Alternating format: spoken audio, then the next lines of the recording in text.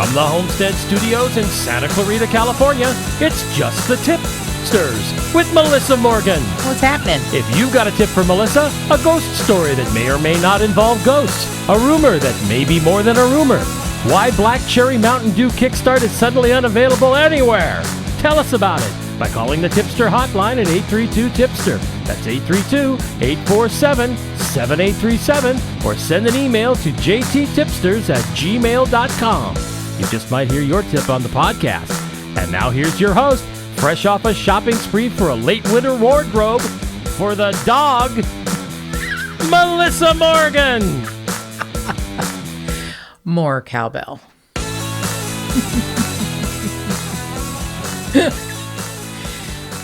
Perhaps I have purchased a few items for Belladonna Humphreys. She comes home, or I come in the house the other day. She says, "Yeah, I may have bought some clothes." And I go, "Okay, well, you buy clothes, it's fine."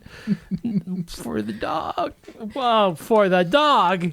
It's very chilly out. Yeah, but she enjoys her long walks. And she has fur. She's very short-haired. She is not long-haired and furry. Has fur. So do you. And you wear a coat. I don't have as much fur as she does. I beg to differ, sir. Okay. I have seen you naked. Okay, all right. I guess we better change the subject. More than once. Jeez.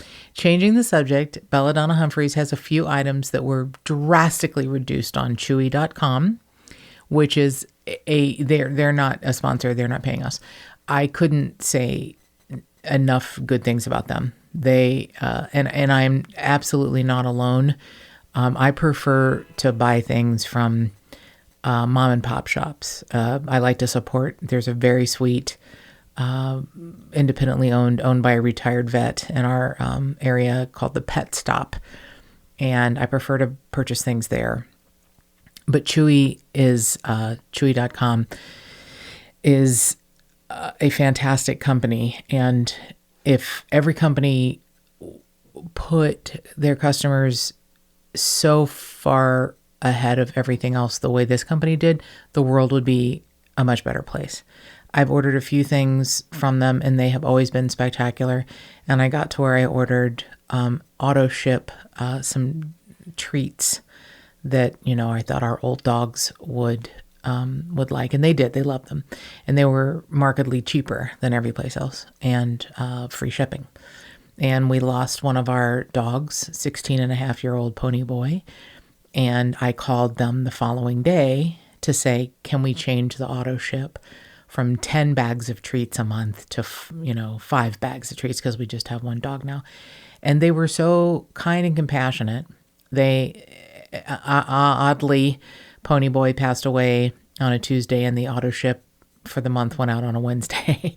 It had already gone out, and I said, "Oh, that's okay. You know what? Belladonna will eat them. She'll just have quite a few, backlogged." And they credited me the entire amount for that shipment because we had lost Pony. And then a few days later, pouring rain, a lovely local florist in our area delivers a gorgeous bouquet with a lovely card from Chewy.com that says, a sympathy card that was not gushy, but kind, and said, we'll be here in the good times and the bad. And they are. They're a great company. It really was amazing. It was overwhelming how kind they were. I'd ordered a few things a few years ago that turned out to not be the right size. When Pony Boy was recovering from a surgery, a type of pen that I thought I could put him in to keep him stabilized while his knee replacement healed. Oh my God. It's like, he's not playing in the NFL. Does it really cost like $3,000 for a knee? Yeah, sure does. It sure does. But I had ordered this pen, and it was my mistake because it was supposed to be for like smaller animals like a rabbit. And so I was like, oh, he doesn't even fit in this. And I, was going to send it back, and they said, oh no, just donate it. And I'm like, what? They wouldn't even take it back. So I donated it to a shelter, and they got a pen for a rabbit, and I ordered another pen for Ponyboy from them because they're a great company. So they are a terrific company, and Belladonna has 4 or 5, as I say that, she enters the room to lick my hand, 4 or 5 items coming. A new raincoat that I think will be, it's got rubber ducks on it. The poor dog. She is a little special creature, and she's a little German Shepherd mix. Big German Shepherd mix, and an awesome purple coat and a pink sweater. You've made this dog your Barbie. Perhaps. My favorite is her black t-shirt, and in yellow across her back it says security. And they were all under $10. Like, we're talking like $8. So Chewy has... We do have to remind the audience, as you've said, they're not a sponsor. No? We would love to have them as a sponsor. Oh, wouldn't we, though? But they are not a sponsor. No, we have no now. sponsors. No one loves us and wants to pay us to do shit. So, they are not a sponsor, but they're a great company. There's no reason why we can't say they are a fantastic company, and they are. So on the, and I can't wait till Belladonna gets her new security t-shirt. On the flip side, as producer Mark mentioned in the intro, why my beloved Mountain Dew Kickstart Black Cherry is unavailable is because Jesus hates me. So, well, I wouldn't go that far. All right. But somebody over at PepsiCo is going to have to answer to us pretty soon, though. I think that's fair. Because every other flavor of that stuff is that's available. The thing. And I believe that, the black cherry is the well, in my mind, it's the best flavor. There's a fruit punch and a grape and a citrusy orange thing and whatever. And I've tried them all, and they're fine, but they're not my beloved black cherry. They're just not. And it's the best beverage on earth. And it is difficult to find. Mark... God bless. See, I think the stuff tastes like cough syrup. But I am a good, devoted husband, ladies and gentlemen. Let me tell you. I scour the supermarket shelves of the Santa Clarita and also where Santa his Monica, office, Santa Monica. Yeah, right. Yeah, he gets the stink eye from the Pepsi guy as he's loading the shelves. He sees Mark coming and he runs. Yeah, because he knows that I'll buy him out. But they're not. I think they're mad at me for buying all. I buy out the entire stock, and they don't like that. Which I'm grateful. So they don't. For some reason, they just aren't stocking it. I mean, I'm giving them money for it. Right. You're not stealing them. Anyway. So yeah, that's so Chewy.com versus PepsiCo. I think we know where my heart lies. If only I could fit into cute little dog clothing and wear, cute dog outfits and eat dog treats, things would be good. Well, you actually wear cute outfits. You're just trying to find matching clothes for the dog. Sometimes. She looked so cute in her sweater today. You have to admit Well, and the little cap even with her ears sticking out. The hat, that like an aviator hat with the ears, the flaps. Although she did look at us like, why are you doing this to me? Just at the beginning. And then toward the end of the walk, I actually took the hat off about halfway through because there was a female pit bull and I didn't want Belladonna to be embarrassed. Right. And the pet parent of the beautiful black and white female pit bull said, we got a sweater for her and she won't wear it. And I'm like, yeah, I know. She doesn't have a choice. Wonder what that says. Maybe dogs don't like to dress up in human clothes. You shut up right now. It's not human clothes. It's dog clothes. You shut up. She's going to look so fucking cute. You shut your pie hole right now. See what a good husband I am? I'm now going to shut. Now Belladonna's coming into your office. I hope she bites your hand. The door's closed. She can't get in. Oh, that's why she went to the guest room. Okay. I can see across the hall. So enough about, dog clothing and beverage choice. So before I forget, producer Mark has placed a thumbtack in my chair to remind you to rate, review, subscribe. If you like the podcast, it's called Just the Tip-Sters. And if you don't like the podcast, it's called Die, Die, Die. You can always email us at jttipsters at gmail.com. No, continue, please. Okay. We need to let people know. And you can always call us here at 832-847-7837, 832-Tipster. 24/7. You can call us because we're not answering the phone. It's a voicemail. But we would love to hear from you in any way, shape, or form. We would. And if you like us, give us a 5-star rating. Please. And take the time to review if you have the time. And if you don't, remember, it's called Die, Die, Die. Yes, it's called Die, Die, Die. And so it's my job now to remind everybody that if you want that fabulous serial killer coloring book, you've got just a few days left to get your name into the hopper. Just find us on Instagram or go to our Facebook page, which is just the Tip-Sters, the podcast, and let us know that you want that coloring book, and your name will go into the hopper, and we will announce the winner on the next episode. And it's simple as that. So with that, on to this week's episode, my darling. So this week's episode is really layered. And I know I probably say that way too often. But sometimes you get information on a case and you think, oh, okay, that's interesting. And you start to look into it and you're like, holy fuck shit. And this, as quite a few cases that I find really fascinating, came to us from Tipster Kathleen, who is a fantastic human being and has such a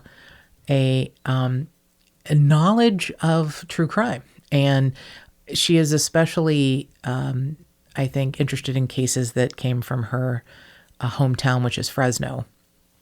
And a couple, I guess I always just thought of Fresno as like a sleepy little, town south of San Francisco or Raisins, something. man. Raisins. They have a raisin festival every year.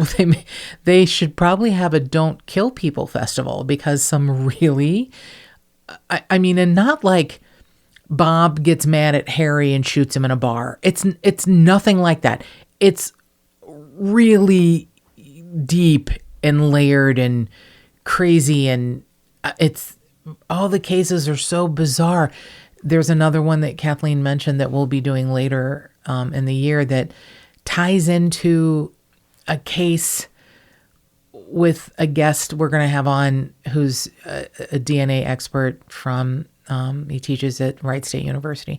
So it's all like, it's this crazy web. It's like everything happens in Fresno. It's like this it's a crazy web of murder. And I know that that's not what they want to be known for, other than raisins and murder. But this is a really bizarre case. And I had seen the case covered because it has been covered so much, because it's got these very odd, I'm going to call them spider legs, offshoots of how the story goes. I know producer Mark and I have seen it on one of the many television shows it was covered in, and you're going to get an idea of what it's about, because every show that it is covered in does a version of a title, and you're like, oh my God, do people need to pay producers more to come up with something more original? Because this is just repetitive bullshittery. So I'm fairly sure. Oh, I can't wait to hear some of the titles. Yeah. You have to tell the story first, though. Well, no, I want to tell you where it's been covered so that you can know that too. So I'm fairly sure producer Mark and I saw the episode of Forensic Files, that season 11, episode 40, and it aired in 2007. And the title of this episode involving this case is called 2 in a Million. Hold on, are you sitting down? Are you prepared? American Justice covered it, and the title was called Millions of Reasons to Kill. Hold on. City Confidential covered it, and it's called Fatal Inheritance. That was pretty good. And even Dominic Dunn's Power, Privilege, and Justice, which is that was a really good show when it was on. This one's called, in 2003, it was called Tailspin, because the father made a lot of money in the aerospace industry. So it's covered a lot of places. It even made its way, it was covered locally by the LA Times and the Fresno Bee. They did a lot of really great stories on it, and that's where I got a lot of the information from. But it made its way to the Chicago Tribune. I mean, Chicago, the murder capital of the universe, this story was so fraught with everything, it became a big story in Chicago. So that kind of lets you know. And it's the case of Dana Ewell, who is a bad man and is still alive. He's only 50 and he's in Corcoran prison. And one of my, this is just the tip of the iceberg as far as the information in this bizarre story. But Dana Ewell, was convicted and ends up in Corcoran prison. And he is bookended by, at the time before he passed away a year ago, Charles Manson and Sirhan. That's right. I forgot Sirhan was at Corcoran as well. Yeah. Wow. It's a weird one. So, and at first I thought when Kathleen suggested the story, I was like, oh, well, I despise stories where someone kills someone for money. I don't know what it is. Look, I'm a capitalist. I like money. I don't have any, but I like it when I have had it, and I look forward to having it someday. But when a family member kills parents or another family member or a spouse for money, it's the impetus that bothers me the most.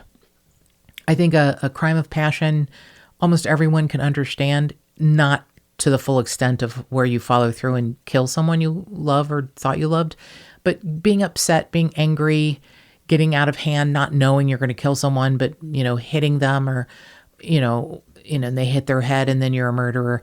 It's just different than planning and plotting and being a family annihilator. In the reverse, it's not your spouse and your kid you're killing, it's your parents and your sibling. It really bothers me. And the fact that he's still alive and preaching from Corcoran prison just really gripes my ass. So, Dana Ewell, born in January of 1971, so he's 50 now, was the younger of the two children, born to Dale and Glee Ewell. And his parents were these wonderful people that were smart and successful and good parents and supportive. I don't. So Dale Ewell was a U.S. Air Force veteran, and he ended up turning into a multimillionaire because he specialized in the sale of small airplanes.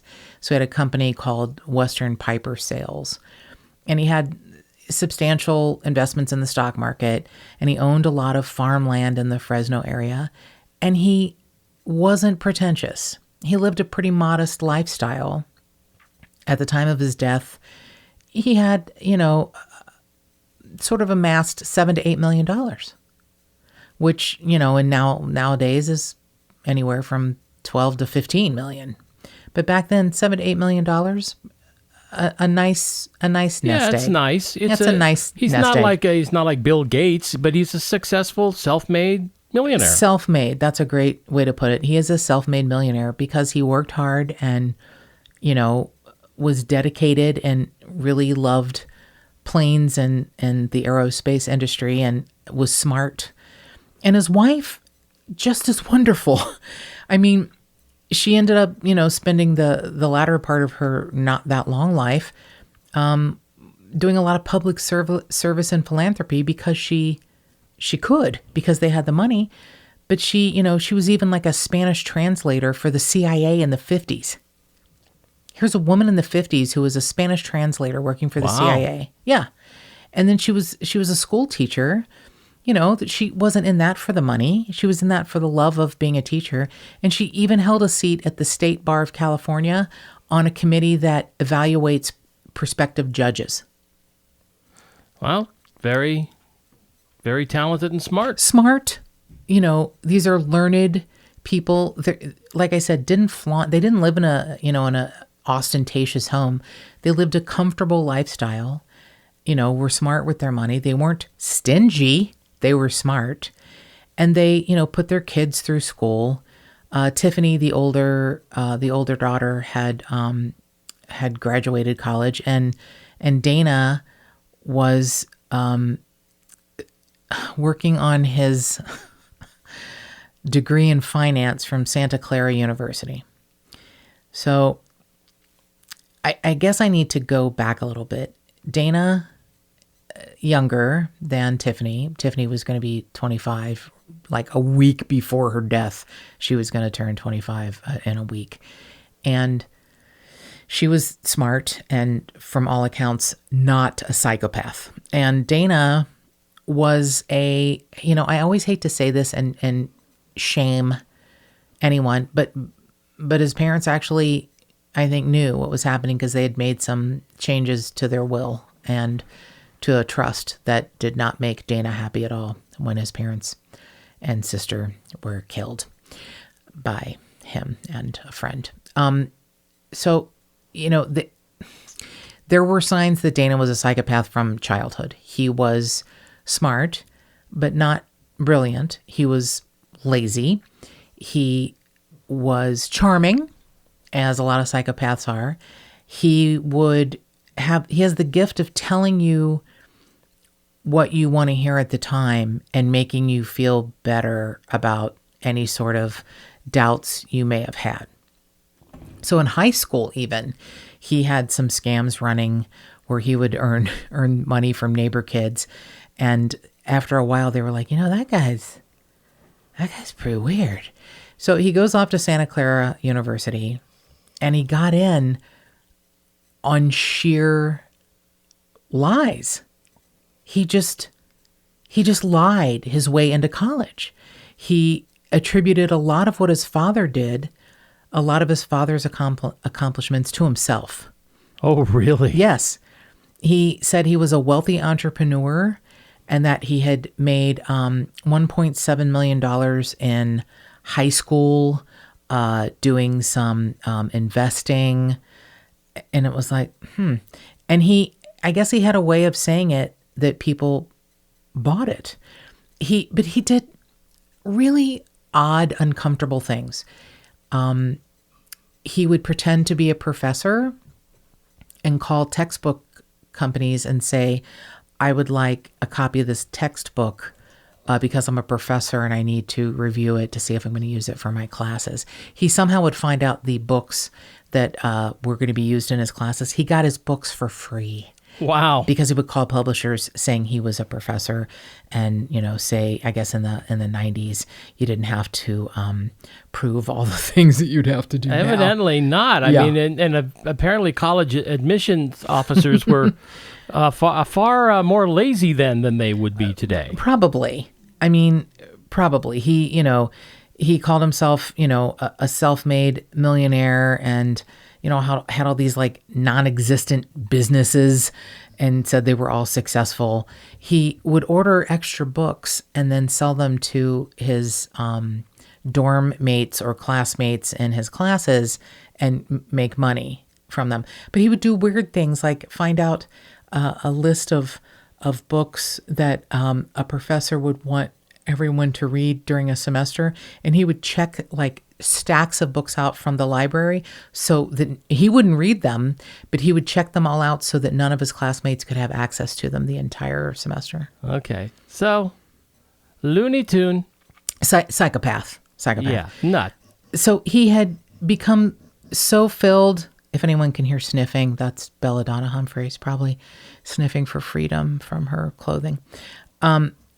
He was so filled with braggadocio that in his yearbook pictures, and his description of himself, he even got a Santa Clara newspaper to cover his, success at such a young age.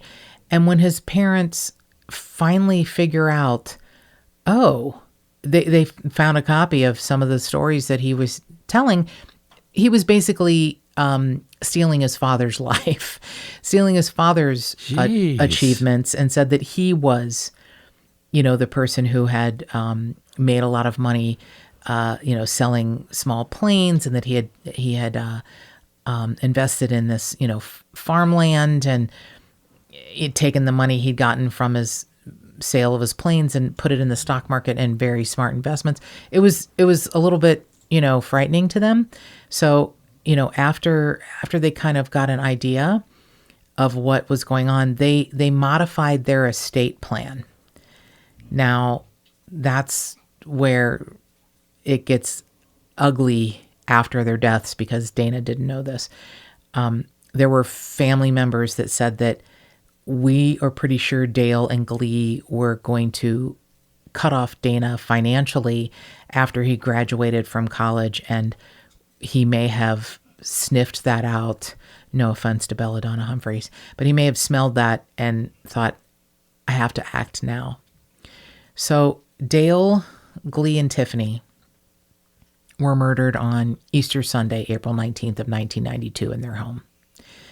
So at the time of the murders, Dana was conveniently away from home. He was visiting his girlfriend for the Easter weekend. Now, the family, including the girlfriend, had spent some time, I guess Friday and Saturday, out of town.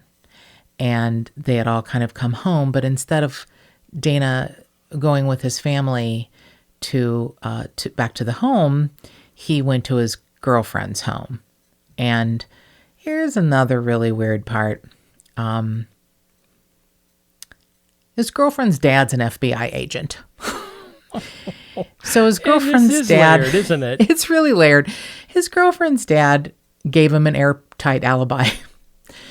The FBI agent said, "Oh no, he was with my daughter." I don't know what you're talking about. He was with my daughter. He was with me and my daughter. We were, He couldn't have had anything to do with this. FBI agent. So after 2 days of wink, wink, nudge, nudge, Dana not being able to get a hold of his family. No, I don't know that he tried.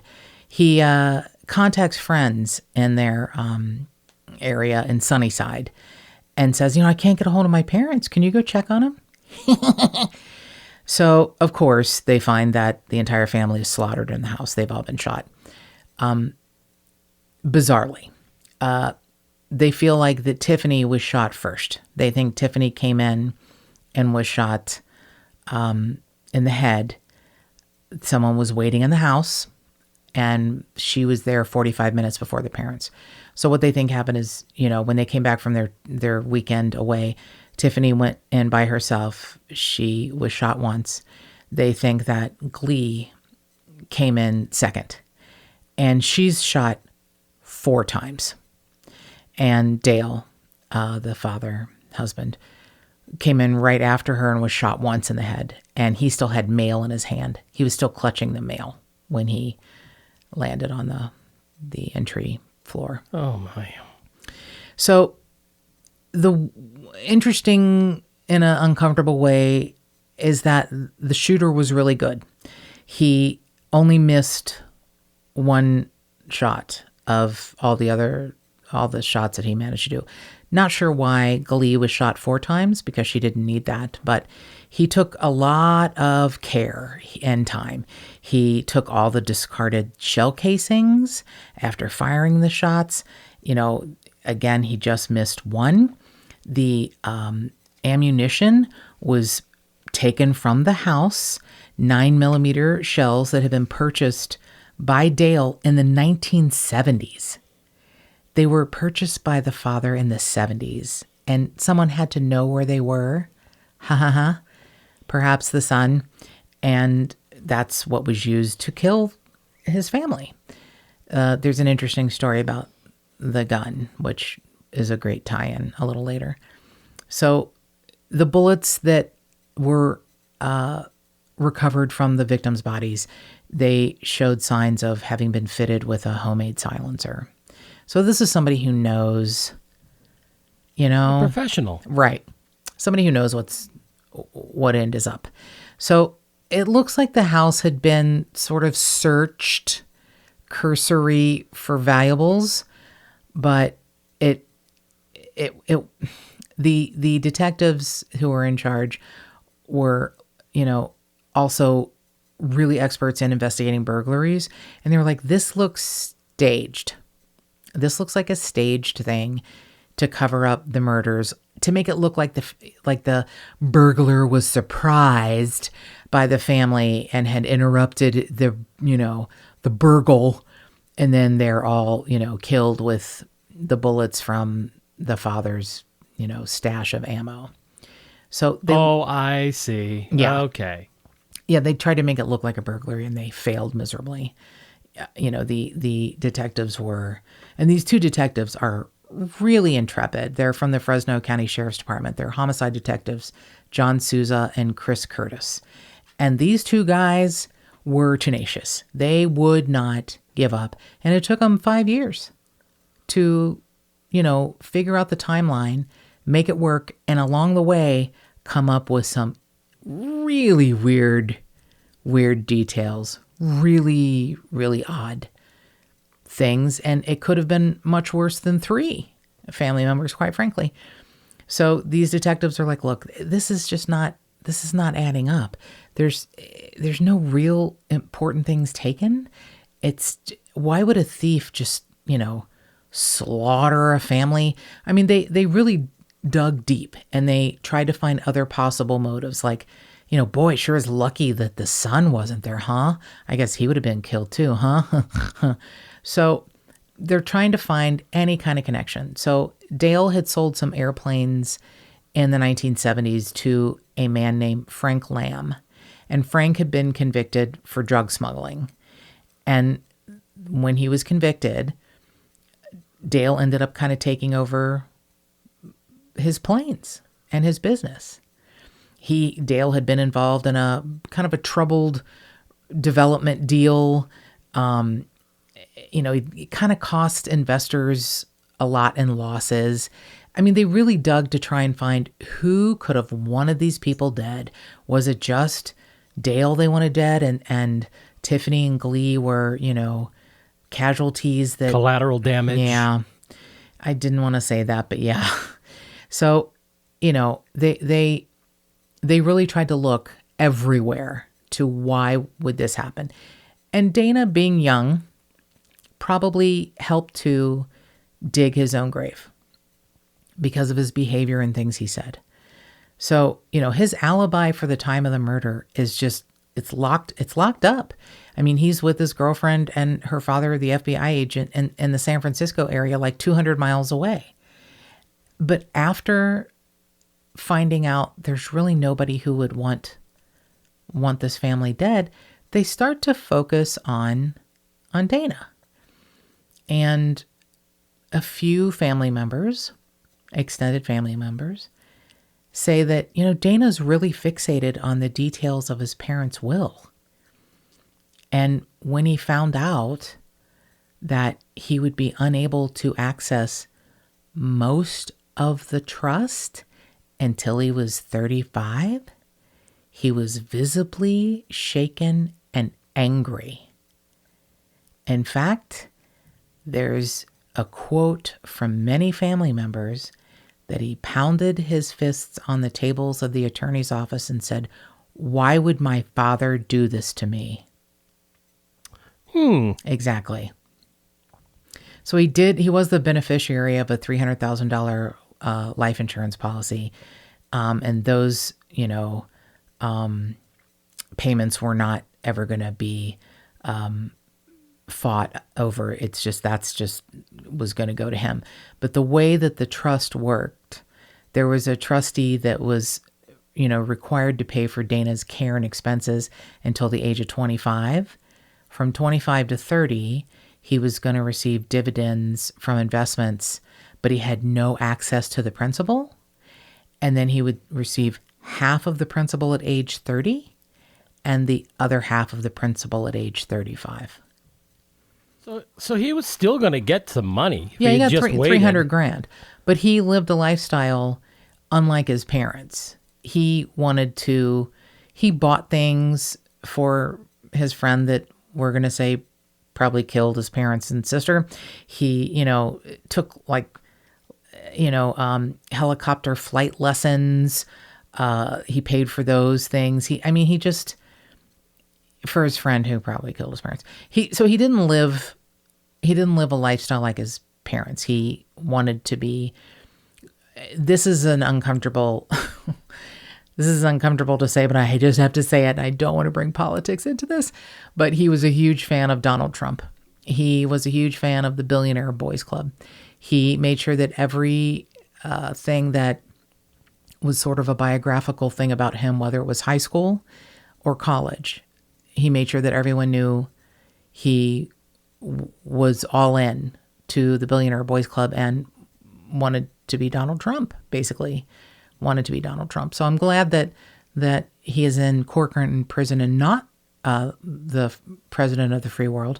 But yeah, so he was misguided from a very young age. He was, thought of as this kind of untouchable kid. Even in high school, he wore suits and ties. And by the time he got to college, he wore nicer suits and ties, a lot of Ralph Lauren, and carried a briefcase. Now, when you're on a college campus, you might have a bag, especially when you're in your major's finance. A lot of people would have a briefcase. Most college kids are, huffing their way through work, whether it's working or whether their parents are paying or whether they got a scholarship, and they carry a backpack. But he carried a full-on expandable leather briefcase to college and wore suits and ties all the time, which I don't fault him for that, except apparently he was, trying to be something that he wasn't until he could get his family's money, and then he would become that thing. And instead he is between Charles Manson and Sirhan. So he has this friend in college, Joel. Oh God, and I wrote it down. I want to pronounce it correctly because it looks like Radovcich, but it is pronounced Radovcich. Radovcich. Radovcich. Yeah. Wow. I made sure the Google machine had the vocal that could explain it for me, because it's like Radovich but with an extra C, and I wasn't sure how that was pronounced, so I wanted to make sure it's Radovcich. So Joel Radovcich is a friend of Dana's, and right after the murders, Joel drops out of college, and it's puts him under suspicion. Absolutely. Well, that would have to be a huge red flag. So Yeah. he's a psychopath and he's stupid. Well, he's a psychopath, and he has friends that are stupid, that are that look up to him. So his friend Joel, drops out of college, and Dana is, obsessed with money and social status, and Joel is obsessed with guns and explosives. Now, that's going to come into play later also. So it only took a few days before Dana comes under suspicion, because these two detectives are amazing. And they're like, he's really weird. He's behaving oddly.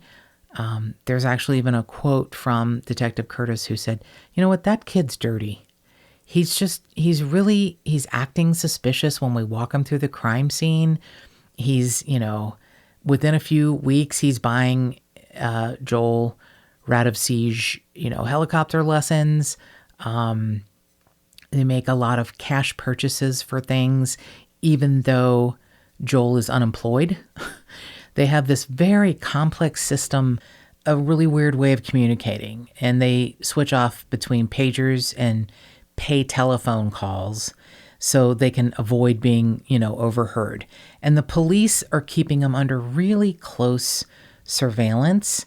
And in one instance, there's a police detective who wears a recording device and stands next to Joel at a payphone. It happens to be in May of 1993. And he overhears him saying, comments like, "They don't have enough evidence and they're going to try and catch you in a lie." So, that's not enough to indict someone. That's why it took a long time. But these guys wouldn't give up. It's beautiful. So they got some analysis on the murder weapon, and they find out that it's a high-end 9mm specialty rifle that's manufactured in Trinidad, Colorado. And ironically, company records show that one such rifle had been purchased by Ernest Jack Ponce, a friend of the Radovcich family. Aha. Just before the murders. Well, what do you know? Right before the murders, Jack Ponce buys a rifle. So Jack Ponce admits to buying the rifle for Radovcich. And he said, I didn't know what it was used for.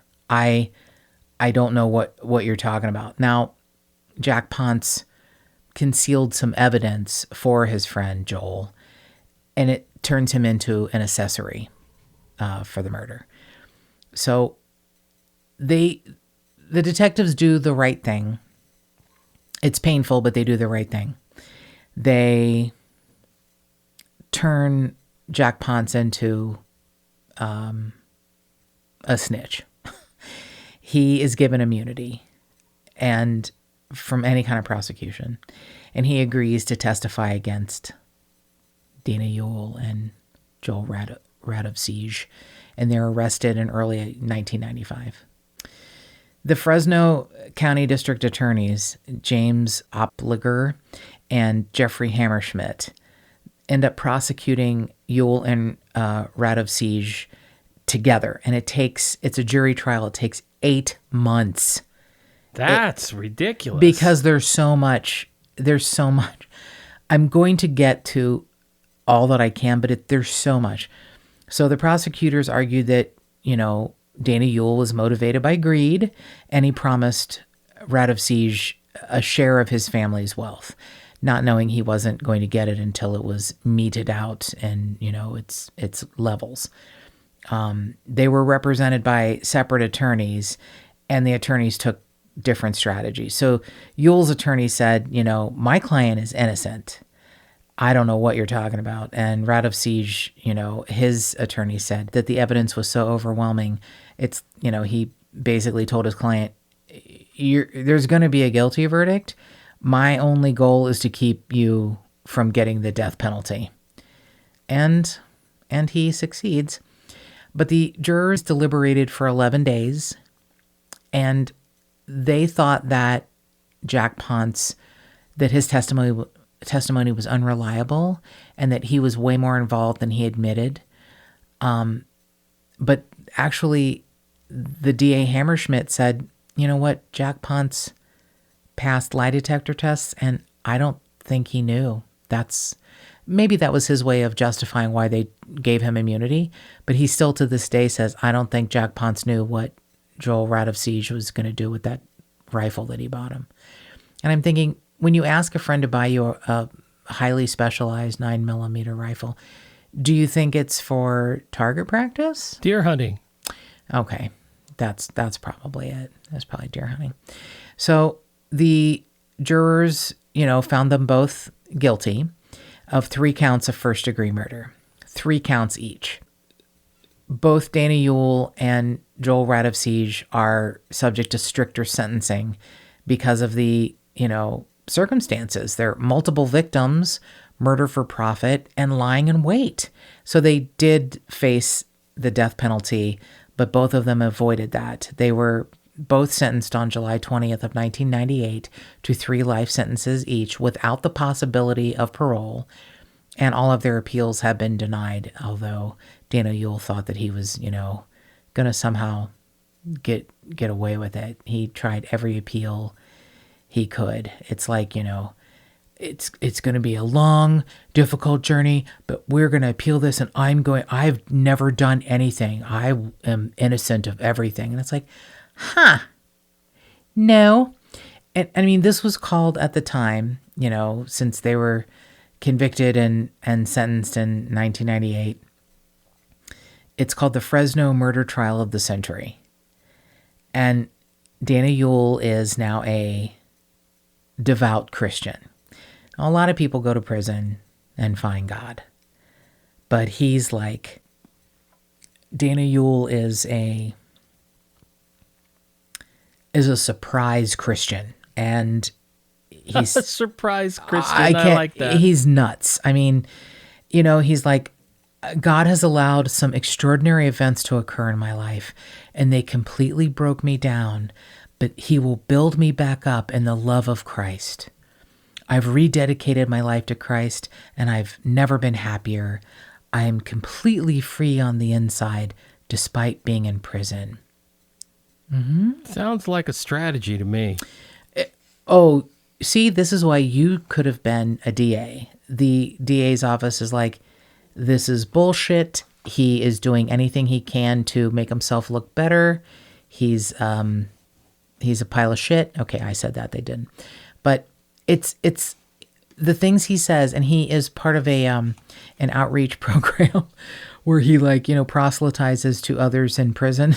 And he's in a 12 by 15 cell, which I thought that sounds roomy and cushy, but he shares it with someone who is sadly an atheist. So, well, that's kind of cool.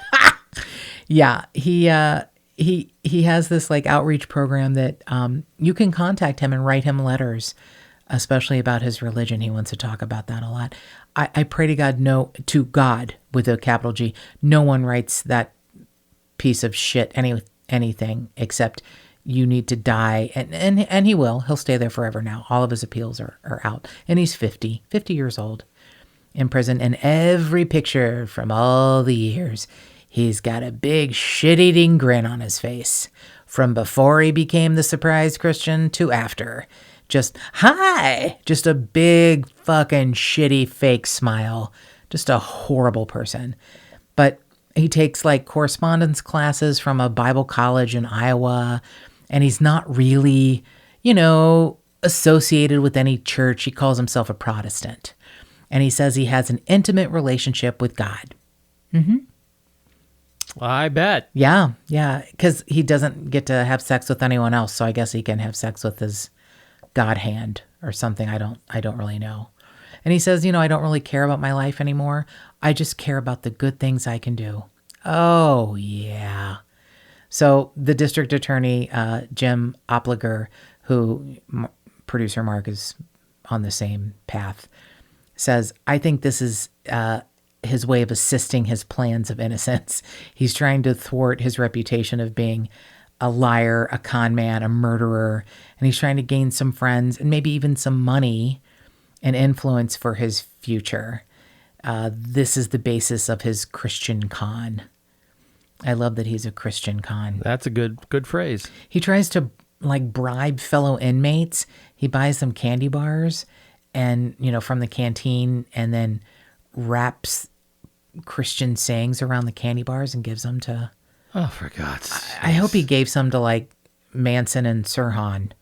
Hey, who wants $100,000 bar? Oh shit, you're in prison. But look at this beautiful, Jesus wept or whatever. I just, ugh. You bad. I'm bad?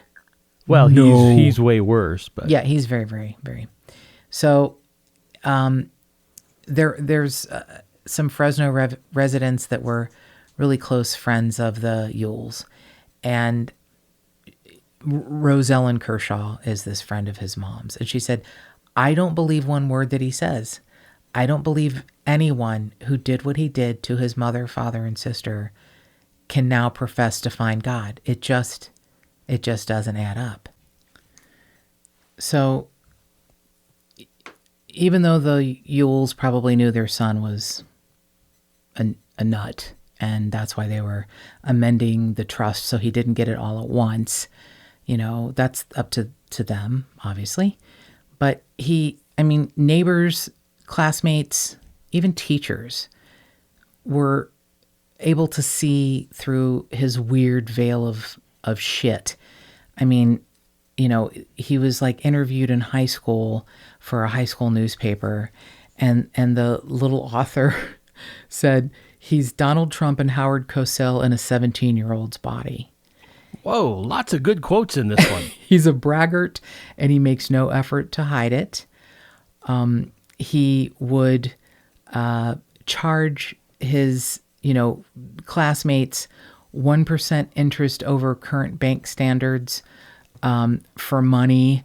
And he said, for loaning money, he said that's, how he made all of his money that he was able to invest. Basically, it was his father's life story that he absconded with.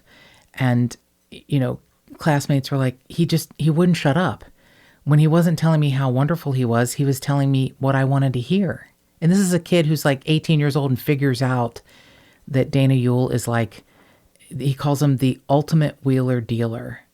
And being interviewed after finding out everything that had gone on, this kid said, he's just not a normal person. He's not a normal person. And that is actually, I think, a really good description.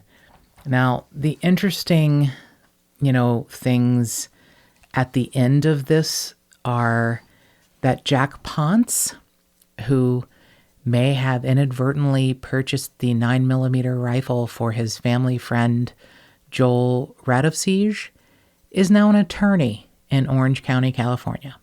But that's because he wasn't convicted, because he got immunity. That's right. Yeah. He got immunity. So he's able to take the bar, pass it, and he is a personal injury attorney in Fullerton, California, in Orange County. Ernest Jack Ponce. All right. Right. So Jeff Hammerschmidt, the assistant district attorney in Fresno, was able to trace activity in Dana Ewell's 47 bank accounts to show that he had been funneling money to Joel Radovcich, even though he said he barely knew him. He was just a classmate in college. It was this extremely layered, labyrinth, complicated timeline. It just, they had to find all of their contacts and talk to all of them. It was just so weird and layered. And even Jeff Hammerschmidt, who I guess had a investigator with the district attorney's office looking at both Dana and Joel, he said Dana actually scared people. He would look at them and he had this look on his face. And one of them said, at any minute, you were never sure if the horns were going to come out of his head. Wow. Yeah. So even though they were young, Joel Radovcich, it was pretty interesting what they figured out. He shaved himself hairless from head to toe, and he laid on a plastic sheet. He left no DNA and was lying in wait and left no shell casings, picked them all up.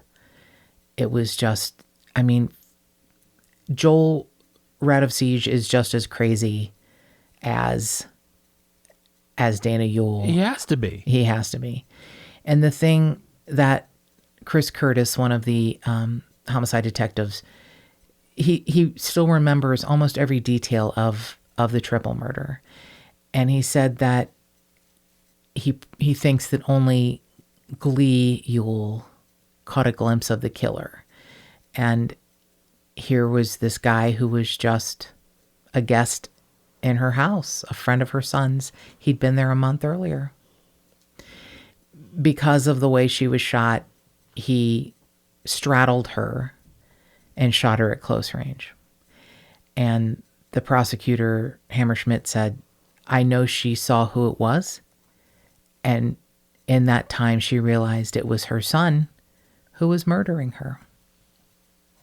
Yeah, that's awful. So, really, really strange event. The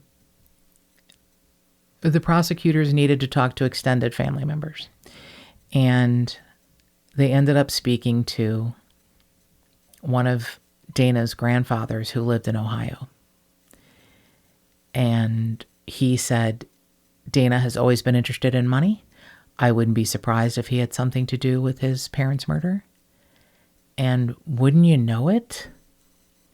His grandfather dies in an explosion that happened in his basement. Well, and this is before Dana is arrested? Yes. Uh-huh. But here's the icing. Joel Radovcich was in Ohio at the same time.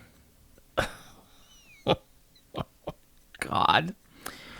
I don't mean to laugh, but wow. Joel Radovcich had a love of guns and explosives. Yep. The detectives also think that Dana Ewell was going to have Radovcich kill his grandmother, but they didn't have enough evidence, and so the jurors discounted that. But it's just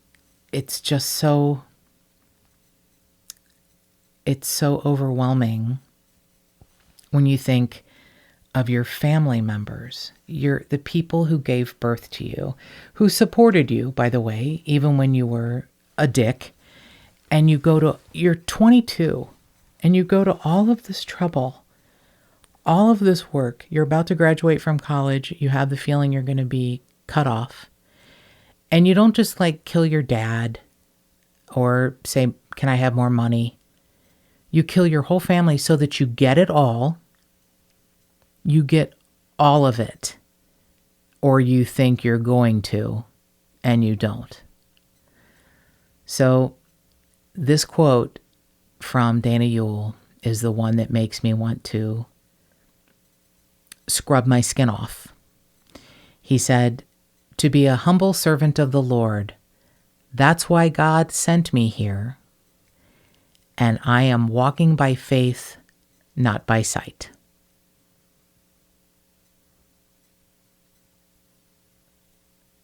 Ick. Yeah, it's a lot of ick. It's a whole lot of ick. And Dana Ewell has lost all of his appeals, and he's going to stay right there in Corcoran. And more cowbell. If you think you know somebody who should be locked up in Corcoran or any other weird story, give us a call at 832-TIPSTER. That's 832-847-7837, or send an email to jttipsters@gmail.com.